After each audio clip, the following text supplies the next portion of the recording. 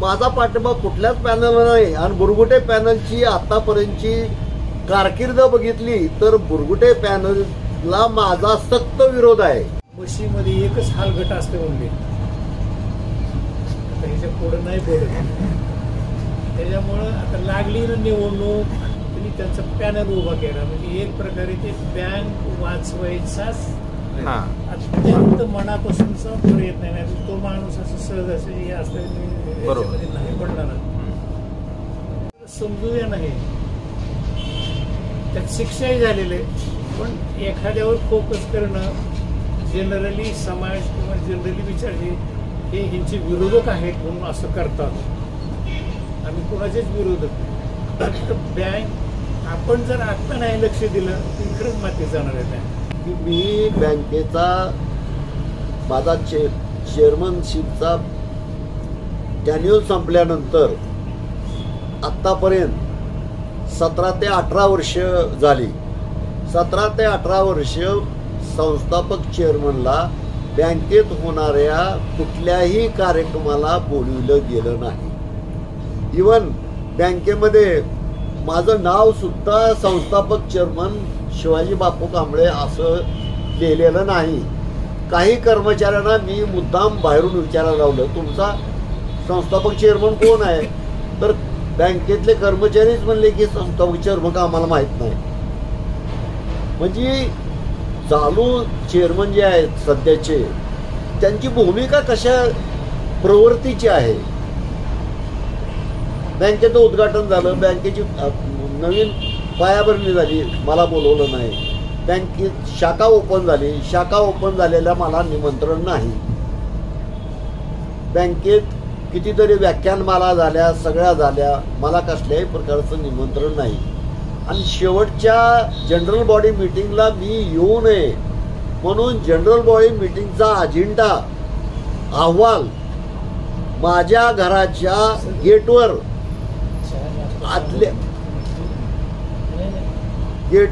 आदल्या दिवशी टाकण्यात आला.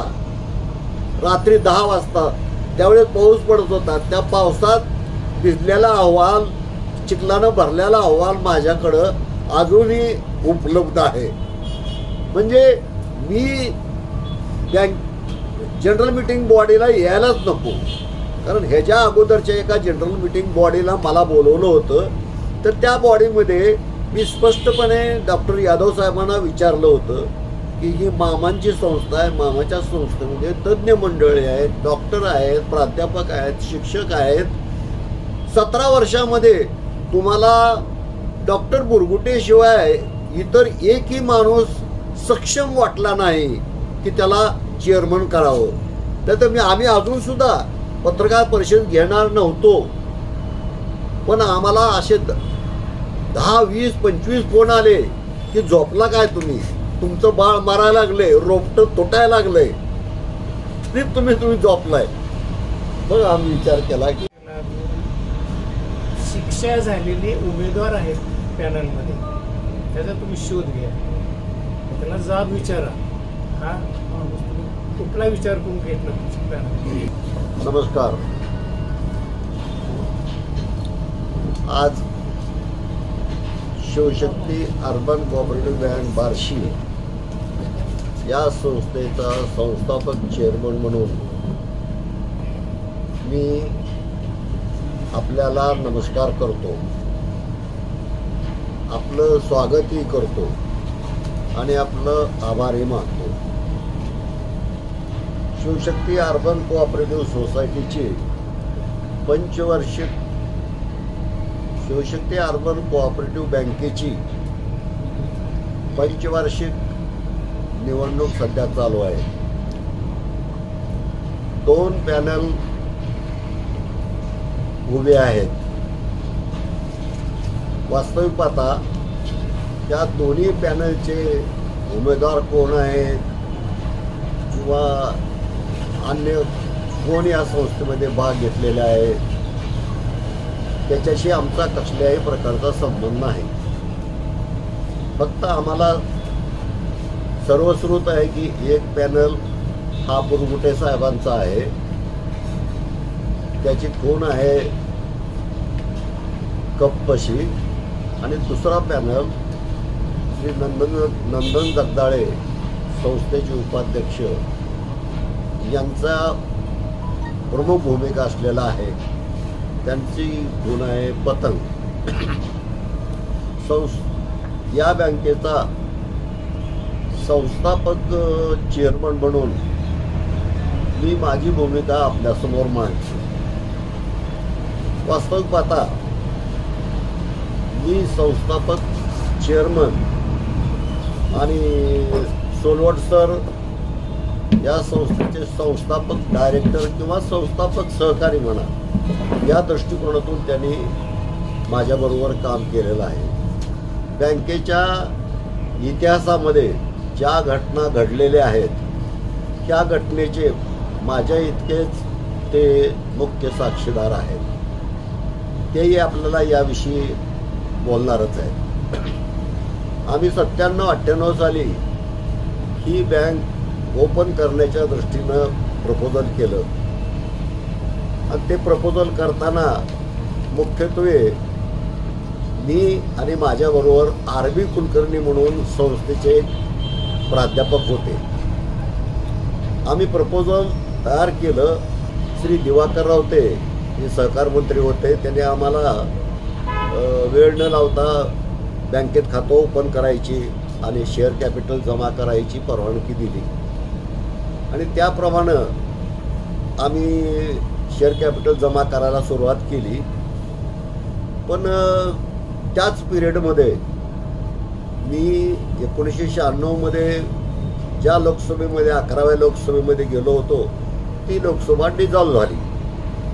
डिझॉल्व्ह झाल्यानंतर संस्थेतला शेअर कॅपिटल जमा करताना आम्हाला अडचणी यायला लागल्या. आत्ता मी बोललो आपल्याला त्याप्रमाणे राजकारणामधली गरिबी आणि राजकारणामधली श्रीमंती असे 2 प्रकार आहेत.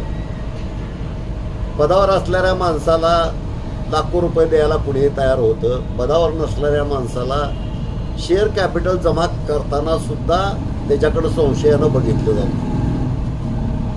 मग अशा अवस्थेमध्ये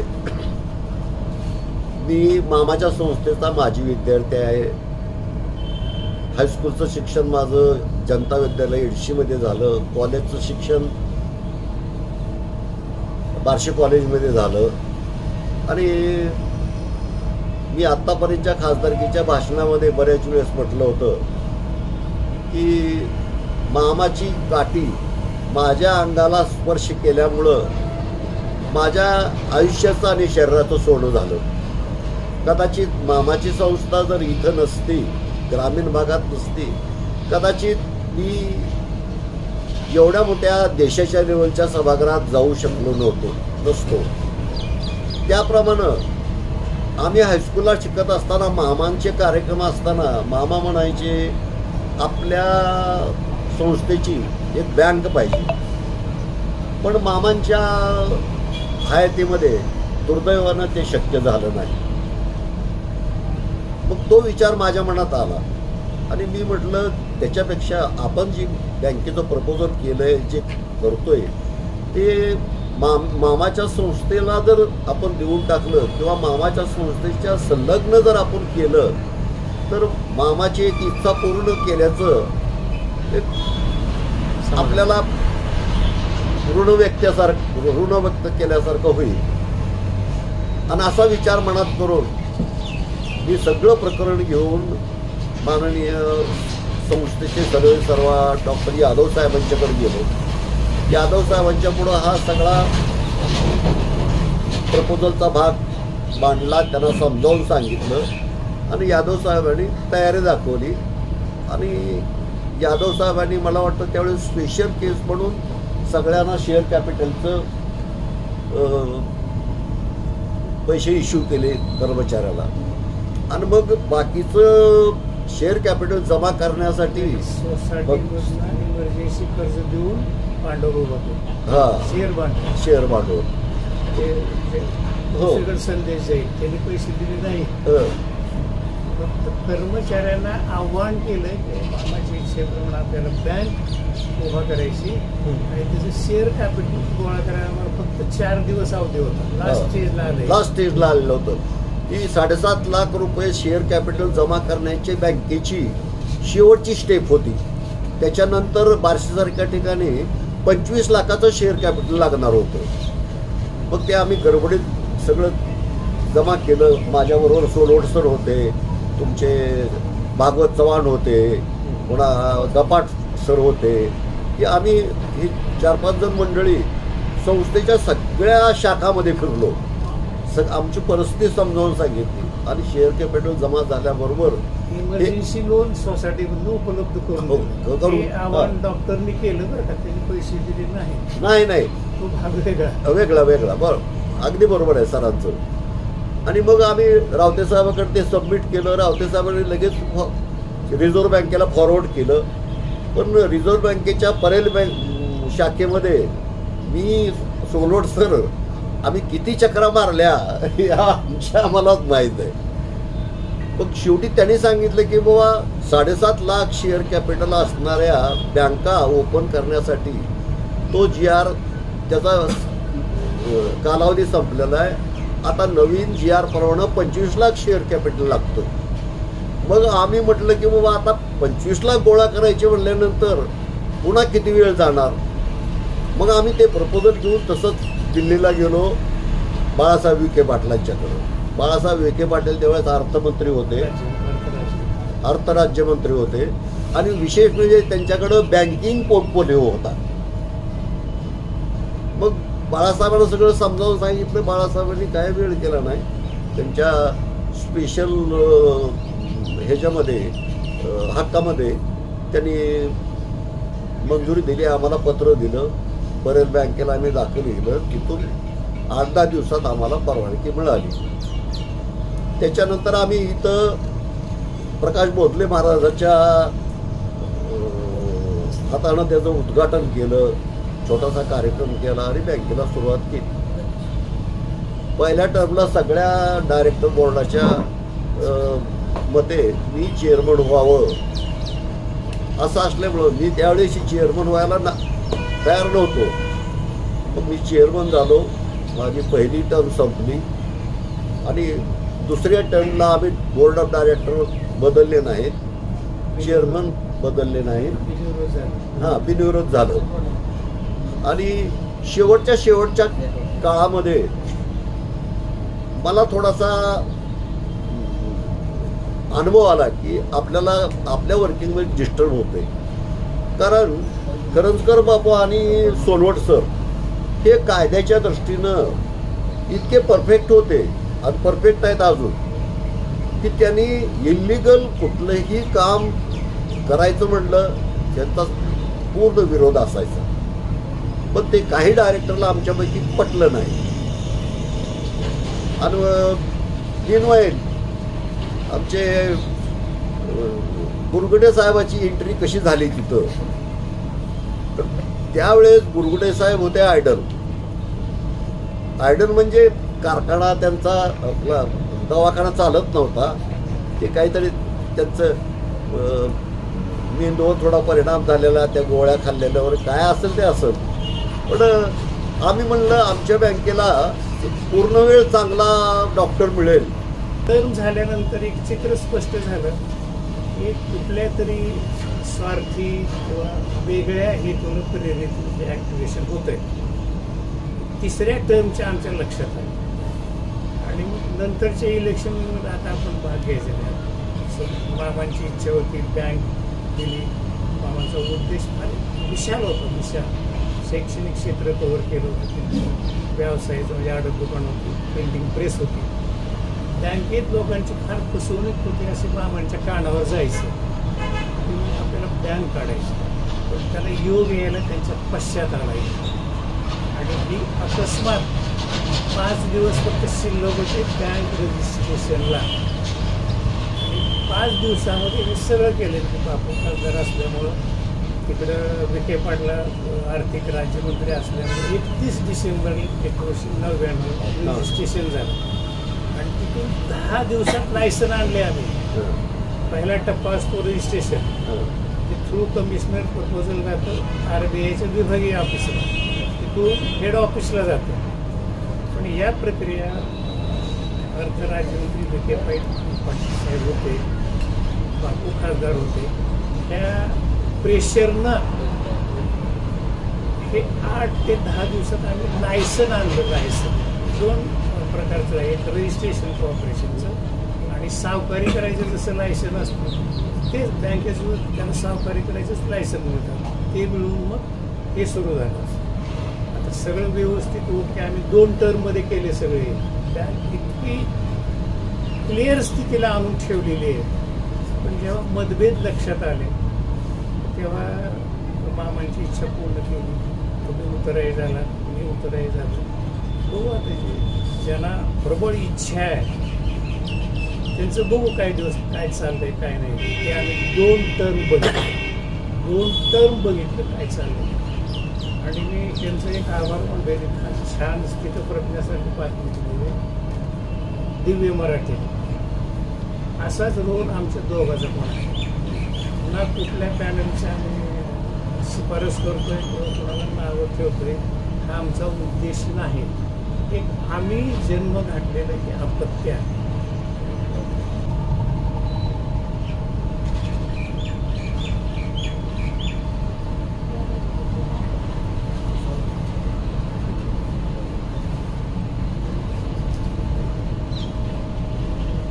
त्यावेळेस स्थिती पाहत नव्हती. पण आता असं लक्षात आलं की आता जर आपण लक्ष नाही दिलं तर प्राप्त परिस्थितीतल्या विकृतीकडे जाऊन बंद व्हायच्या मार्गावरची वाटचाल आहे सध्या. आपण जन्म घातलेला आपण असं रोल आहे. रोल आमचा स्थितप्रज्ञाचा रोल आहे. आता ह्या पेपरमध्ये फार सुंदर दिलेले आहे.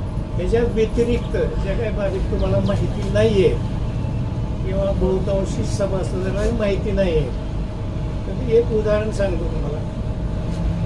तेव्हापासूनचं जे संचालक मंडळ होतं आम्ही आमच्या पिरियडमध्ये जे संचालक मीटिंगला हजर राहत नव्हते बिनविरोध XY असे आलेले तर दिशा देण्यासाठी आम्ही काय केलं त्यांना अगोदर नोटिसा काढलेल्या होत्या. पूर्व परवानगीशिवाय बँकेच्या मीटिंगला हजर राहत नाही. इथून पुढं पूर्व परवानगीशिवाय सलग 3 मीटिंगमध्ये आपण गैरहजर राहिला तर आपलं संचालक पद रद्द होईल. त्याची जाणीव दिली. त्याचं प्रोसिडिंग आहे बँकेच्या प्रोसिडिंगवर. पुढे 3 सतत मीटिंगला गैरहजर राहिले. 2 लेडीज मेंबर आणि 1 जेंट्स मेंबर. आम्ही ठराव घेऊन त्यांना कमी केलं आणि निवडणूक पद्धतीनं घ्यायचं असते म्हणून ती पद्धत अशी शेवटी आम्ही जेव्हा 3 वर्षानंतर तुमच्याकडे बघा मी सोडून त्यावेळेसची ही स्थिती होती. उद्देश काय अनियमितता जी आहे ती जर आपण लक्ष दिलं नाही जन्म दिलेले आम्हाला माहिती आहे काय लागते काय नाही. आणि सध्या काय होतंय असे बाबी मतदारासमोर आणाव्यात हा आमचा प्रबळ प्रयत्न आहे. ना ह्या पॅनलला मत द्यायला म्हणलेलं नाही किंवा त्या पॅनलला मत द्या. ह्या ज्या बाबी आहेत की तुम्ही तुमच्याकडे प्रचाराला जे येतील त्यांना हे प्रश्न विचारा की तुमच्या पॅनलमध्ये बाबा नेहमी गैरहजर राहणारे संचालक पूर्वी होते त्यांना कमी केलंय हे खरं आहे का विचारा त्याला. आणि ते नाही म्हणले तर कुणी बँकेत जाऊ बँकेत पाहू शकतो तुम्ही. आता काही रेकॉर्ड मागवता येत नाही तिथं पाहू शकता. याच्यामध्ये एक शब्दाचीही बनवाबनवी किंवा हेराफेरी नाही. ज्या बाबी सर्वसामान्य सभासदाला मतदाराला माहीत नसतात त्या जाणीवून द्यायचा प्रयत्न केला आणि त्यांना आव्हान केले विचार करा.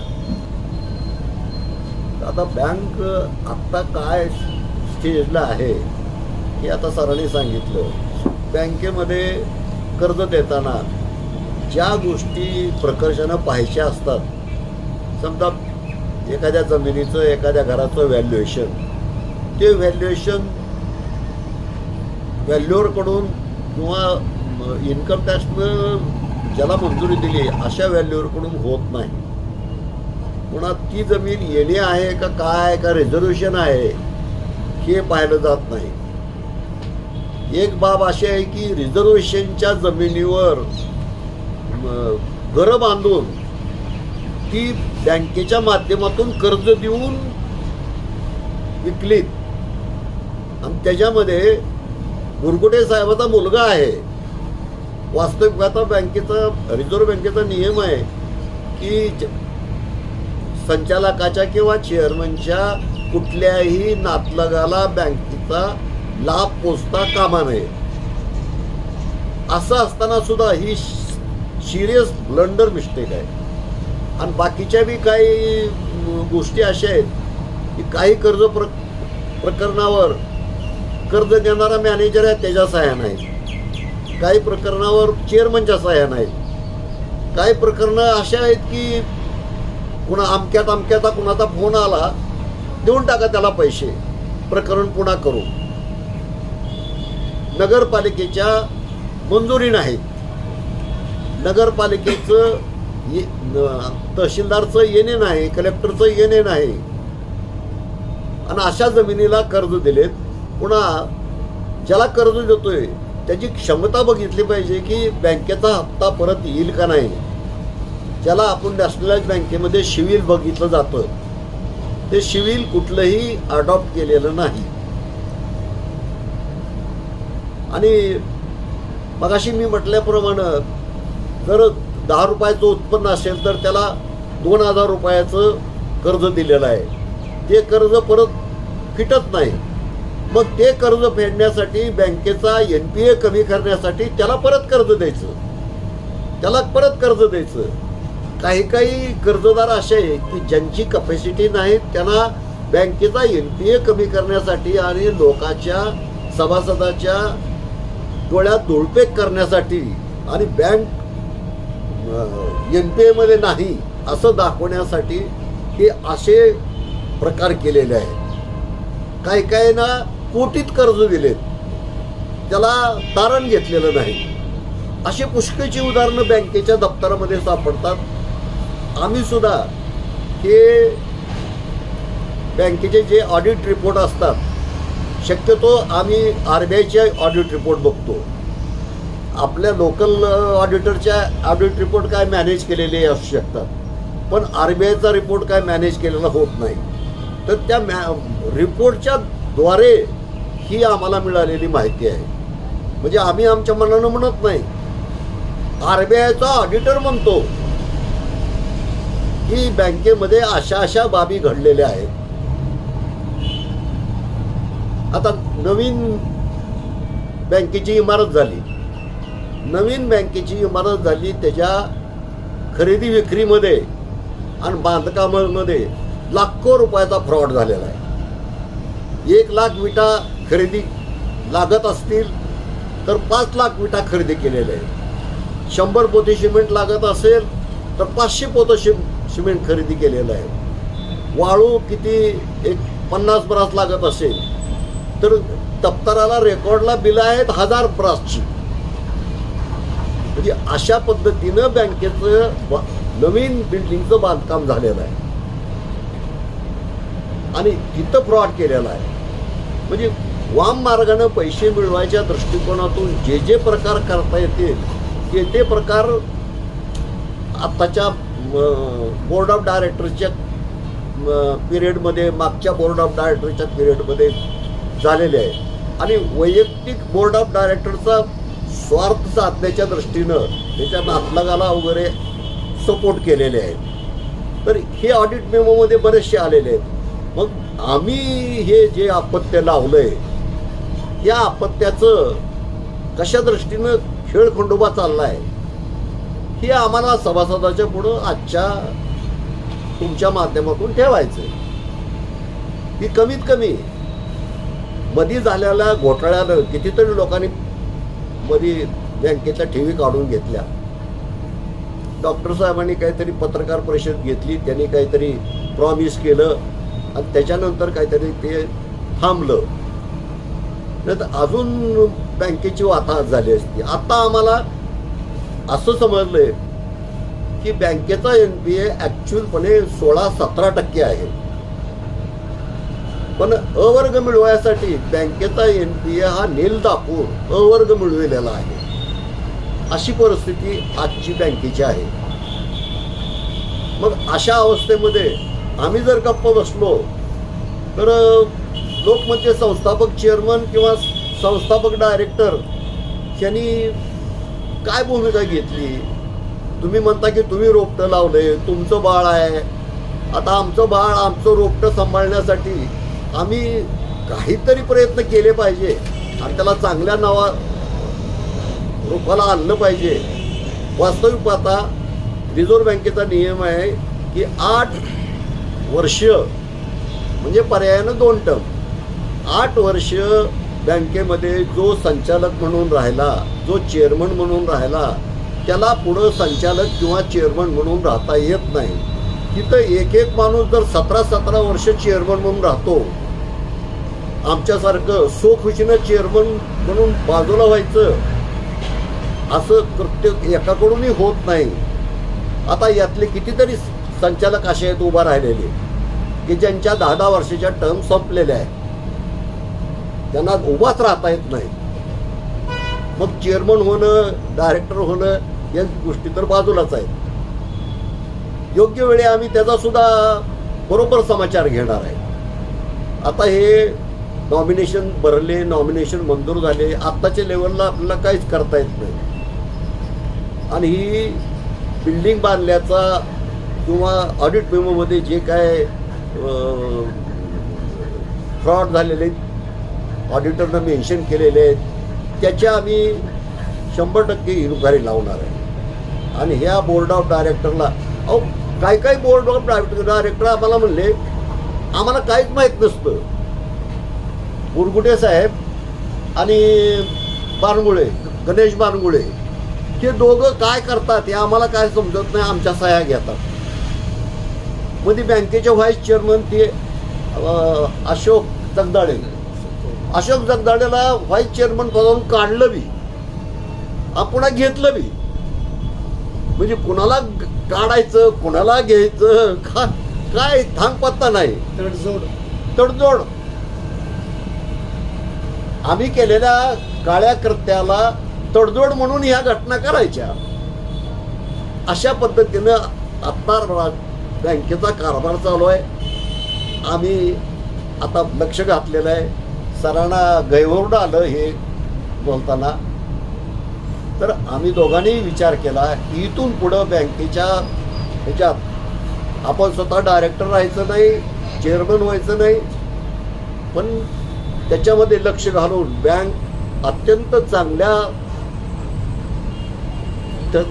रीतीनं आणि कर्मवीर जगदाळे मामांच्या स्वप्नातलं ही बँक आहे, ती त्यांच्या विचाराला साजेशी अशीच चालली पाहिजे, अशा प्रकारचा प्रयत्न आम्ही करणार आहे.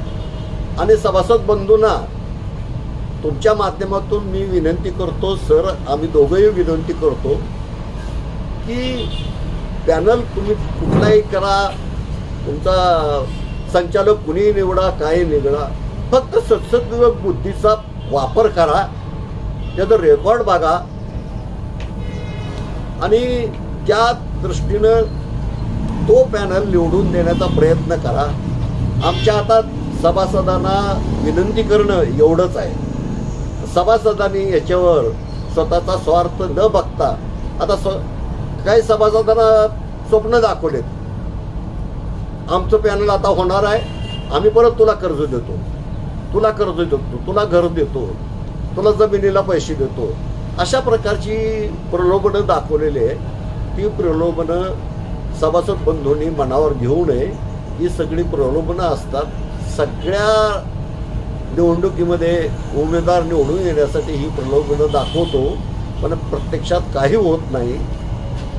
तर त्या दृष्टिकोनानं सर्व सभासदांनी विचार करावा आणि सुज्ञपणानं योग्य उमेदवाराला, योग्य पॅनलला निवडून द्यावं, एवढीच विनंती आम्ही सभासदांना करतो. तो विंचू म्हणजे चेअरमन आहेत बँकेचा, काय म्हणजे लपवण्यासारखं आहे ना. आणि मी नाही सांगितलं तरी सगळ्या सभासदांना सगळ्यांना सर्व सुरूच आहे आणि महादेवाची पिंड म्हणजे यादव साहेब आहेत.